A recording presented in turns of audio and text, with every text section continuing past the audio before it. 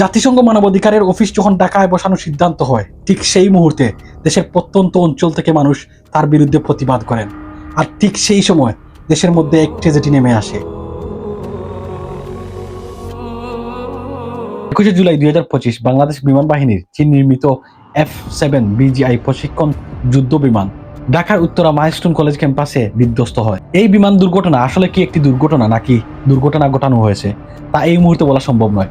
মূলত বিমানটি বিমান বাহিনীর বীর উত্তম একে খন্দকার ঘাঁটিতে অবতরণের কালে এটি আসতে পড়ে মাইলস্টোন কলেজের ক্যাম্পাসের মধ্যে, যার দরুন অনেক প্রাণহানির ঘটনা ঘটে। আমি যখন এই ভিডিওটি তৈরি করেছি তখনকার শেষ তথ্য মতে সর্বমোট নিহতের সংখ্যা হচ্ছে 31 জন, যাদের মধ্যে 25 জন রয়েছেন শিশু, একজন শিক্ষিকা, একজন পাইলট, এবং আহতের সংখ্যা 170 থেকে 71 জন, যাদের মধ্যে অনেকের অবস্থা গুরুতর। তবে মৃত্যুর এই সংখ্যা নিয়ে অনেক অমত রয়েছে। তথ্য আসছে মৃত্যুর সংখ্যা লুকানো হচ্ছে। মৃত্যু 250-র উপরে। 21শে জুলাই রাত 10টার দিকে ফায়ার সার্ভিস এবং সিভিল ডিফেন্সের মাধ্যমে জানানো হয় উদ্ধার কাজ সম্পন্ন করা হয়েছে। কিন্তু রাত 1টার দিকে রাতের আধারে সেখানে অ্যাম্বুলেন্স আসতে দেখা গিয়েছে। তার কারণ কি? যদি সত্যিকার অর্থে লাশ লুকানো হয় তাহলে তাদের আত্মীয় স্বজনরা কোথায়? আর যদি সত্যিকার অর্থে লাশ লুকানো না হয় তাহলে সেনাবাহিনীর এ ধরনের কাজ তাদেরকে কি প্রশ্নবিদ্ধ করছে না? সরকার থেকে, সেনাবাহিনী থেকে বা এয়ারফোর্স থেকে যেসব তথ্য আসছে সব জায়গায় রহস্যের গন্ধ পাওয়া যাচ্ছে। আসল রহস্য কি লুকিয়ে রয়েছে তা এখনোই উদ্ঘাটন করা যাচ্ছে না। এইসব ছাত্রদেরকে যদি বক্তব্য প্রদানে বাধা দেওয়া হয়, সঠিক তথ্য দিতে বাধা দেওয়া হয়, তাহলে প্রশ্ন জাগতেই পারে এই সেনাবাহিনী, এই প্রশাসন, তারা কি স্বজনদেরকে বাধা দিতে পারবে না? অবশ্যই পারবে। দেখুন, এখানে কোনো একটি রহস্য বা সত্য লুকানোর চেষ্টা করা হচ্ছে, কিন্তু কি লুকানোর চেষ্টা করা হচ্ছে তা কেউ জানে না। আমার স্কুলের পোলাবেন মারা গেছে, আমি কি বলবো না কতজন মারা গেছে? এত বড় একটা প্লেন ক্র্যাশ হয়েছে, গত 50 বছরে শুনছেন কোনো শিক্ষা প্রতিষ্ঠান এমন হয়েছে? আমি বলবো না? এখন আমার কাছে যখন লিস্ট আসছে, আমার বন্ধুদের কাছে যখন লিস্ট আসছে, ওরা যখন দিতে গেছে তখনই তো ওদের উপরে চড়া হয়ে উঠছে। দুর্ঘটনার পর সরকারিভাবে জাতীয় শোক ঘোষণা করা হয়েছে। দুর্ঘটনা পরবর্তী চিফ অ্যাডভাইজার জাতির উদ্দেশ্যে 4 মিনিট 53 সেকেন্ডের একটি ভিডিও দেন, যেখানে তিনি বলার চেষ্টা করেন, এটিকে দুর্ঘটনা না বলে তিনি বলার চেষ্টা করেছেন এরকম একটা কাণ্ড করতে পারে, এরকম একটা কাণ্ড করতে পারে। এরকম পরিস্থিতিতে ভুল হওয়াটাই স্বাভাবিক, ভুল হতেই পারে। কিন্তু 4 মিনিট 53 সেকেন্ডের ভিডিওতে তিনি যা বলার চেষ্টা করেছেন তা হচ্ছে জাতির উদ্দেশ্যে শোক প্রকাশ করেছেন, সবাইকে ধৈর্য ধরার আহ্বান জানাচ্ছেন, সবার পাশে থাকার আহ্বান জানাচ্ছেন। এই ভিডিওতে তিনি বলেছেন তদন্ত করা হবে, তারা ফিরে আসবে না। শুধুমাত্র জাতির উদ্দেশ্যে শোক প্রকাশই সবকিছুর সমাধান নয়, আপনাকে সমাধান করতে হবে ভবিষ্যতে এ ধরনের ঘটনা যেন আমাদের দেশে আর না ঘটে, আমাদের দেশের সাধারণ মানুষ যেন নিরাপদ থাকে। একজন বাবা তার সন্তান হারিয়ে কি ধরনের বিলাপ করছেন তা হয়তো আপনারা এই ভিডিও দেখে বুঝতে পারবেন। তারা দেশ ছেড়ে চলে যাওয়ার সিদ্ধান্ত নিচ্ছেন। কিসের জন্য? কারণ এই দেশের মধ্যে মানুষ নিরাপদ নয়। আমরা এই দেশে থাকবো না, এই দেশের পলিটিশিয়ানরা এই দেশটাকে পলিউট করে ফেলছে, আমরা এই দেশে আর থাকবো না, বুঝছেন? বর্তমান সরকার এবং বিভিন্ন রাজনৈতিক দল আহত এবং নিহতদের পরিবারকে টাকা দেওয়ার আশ্বাস দিয়ে আসছেন। আমার মনে হয় এই টাকা এই পরিবারগুলোকে না দিয়ে তাদের রাজনৈতিক সেই সব ব্যক্তিবর্গকে দিন, যারা কিনা ক্ষমতায় আসার পর সরকারি একটি কাজের জন্য যখন বরাদ্দ করা হয় 100 টাকা, সেখান থেকে 10 টাকা দিয়ে সেই কাজটি করিয়ে 90 টাকা তারা তাদের পকেটে ভরে ফেলেন। তাদের এই দুর্নীতির দরুন আজকে আমাদের দেশের এই অবস্থা। দেশের যখন উন্নয়ন প্রয়োজন তখন দিচ্ছেন হিংসা, যখন মানুষের সহানুভূতি প্রয়োজন তখন দিচ্ছেন টাকার আবাস। টাকা দিবেন তো কাকে দেবেন? পরিবারকে।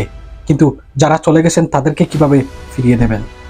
এখন যদি এইসব পরিবার বলে আমরা তোমাদেরকে টাকা দেব, তোমরা আমাদের সন্তানদেরকে ফিরিয়ে দাও, আপনি কি পারবেন তাদের সন্তানদেরকে ফিরিয়ে দিতে? দেখুন, যারা চলে গেছেন তারা তো মুক্তি পেয়েছেন, কিন্তু আমরা যারা রয়েছি আমরা বাংলাদেশের রাজনৈতিক দলগুলোর বলি হতে যাচ্ছি।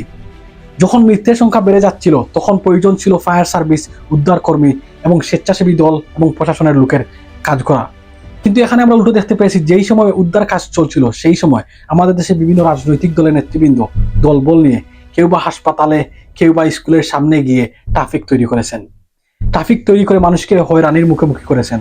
তাদের জন্য হয়তো অনেক শিশুর জীবন চলে গেছে।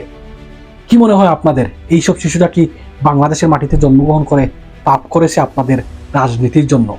যেই সময় মা এবং বাবা অথবা তাদের পরিবার তাদের নিখোঁজ সন্তানকে খুঁজছেন, পাগলের মতো এদিক ওদিক ছুটাছুটি করছিলেন, সেই সময় এইসব নেতৃবৃন্দরা সবার কাছে গিয়ে হাত তুলো দিয়ে তাদের সামনে হাসি মেরে বক্তব্য দিচ্ছেন। আপনাদের কিসের জন্য সব জায়গায় রাজনৈতিক বেনিফিট দিতে হবে? আপনাদের কি কমন সেন্স বলতে কোনো কিছু নেই? ভিডিওতে দেখতে পাচ্ছেন একজন নার্স হাত জোর করে এখানে বিল না করার জন্য অনুরোধ করছেন, কিন্তু একজন লোকও এখান থেকে সরছেন না। বিএনপি এবং জামাত দুটি রাজনৈতিক দলই শুধুমাত্র লোক দেখানো রাজনীতিতে ব্যস্ত, আর আমরা সাধারণ নাগরিকরা তাদের রাজনৈতিক বলির পাঠা হচ্ছে। এখানে আরেকটি মধু সমস্যা হচ্ছে, যদি কোনো ব্যক্তি সরকার বা জামাত বা বিএনপির তাদের কোনো ধরনের অপকর্মকে তুলে ধরে তাদের বিরুদ্ধে আওয়াজ তুলেন, তাহলে তাদেরকে একটি টাক দেওয়া হয়, সেটি হচ্ছে আওয়ামী লীগ অথবা ছাত্রলীগ। এখানে একটি ছেলেকে ছাত্রলীগ বলে সোশ্যাল মিডিয়ায় ভাইরাল করে দেওয়া হয়েছে, কিন্তু বাস্তবিক অর্থে তিনি একজন জুলাই যোদ্ধা।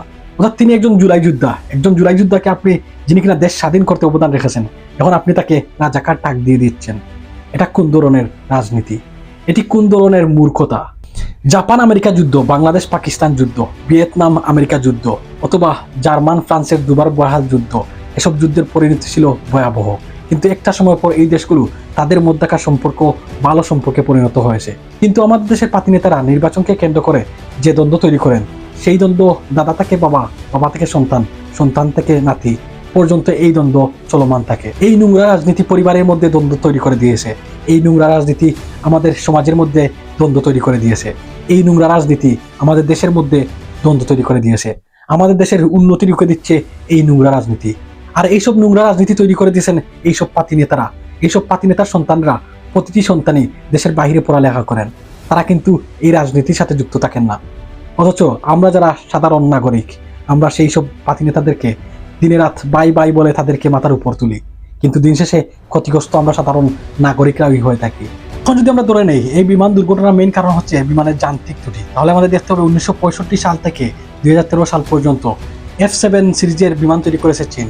আর বাংলাদেশ এই বিমানটি ক্রয় করেছে 2013 সালে, আজ থেকে প্রায় 12 বছর পূর্বে।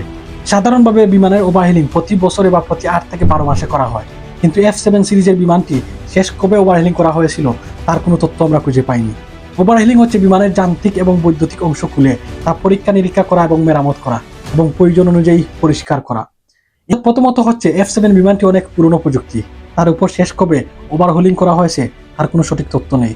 এই বিমানগুলো যে টিকে রয়েছে তাই অনেক আমাদের জন্য। তাদের ভুল এবং তাদের গাফলাতি লুকানোর জন্য প্রতিনিয়তই স্ক্রিপ্টেড তথ্য দিয়ে যাচ্ছেন, যা দিয়ে মানুষকে বিভ্রান্ত করছেন। সঠিক কোনো কিছু এখন পর্যন্ত তারা দিতে পারে নাই। এয়ার ট্রাফিক কন্ট্রোল, ধ্বংসবিশেষ পরীক্ষা, সিবিআর রিপোর্ট, অর্থাৎ পাইলট এবং কন্ট্রোলারের মধ্যে যে তথ্য আদান প্রদান করা হয়েছে, ফ্লাইটের ডাটা রেকর্ড থেকে প্রমাণ করা যেতে পারে কিসের জন্য এমন দুর্ঘটনা ঘটেছে। এখন শুধু আমাদেরকে অপেক্ষা করতে হবে। ISPR বলেছেন তত ডকুমেন্টারি করা হয়েছে, সম্ভবত 15 থেকে 30 দিনের মধ্যে জানা যাবে কিসের জন্য এমন দুর্ঘটনা ঘটেছে।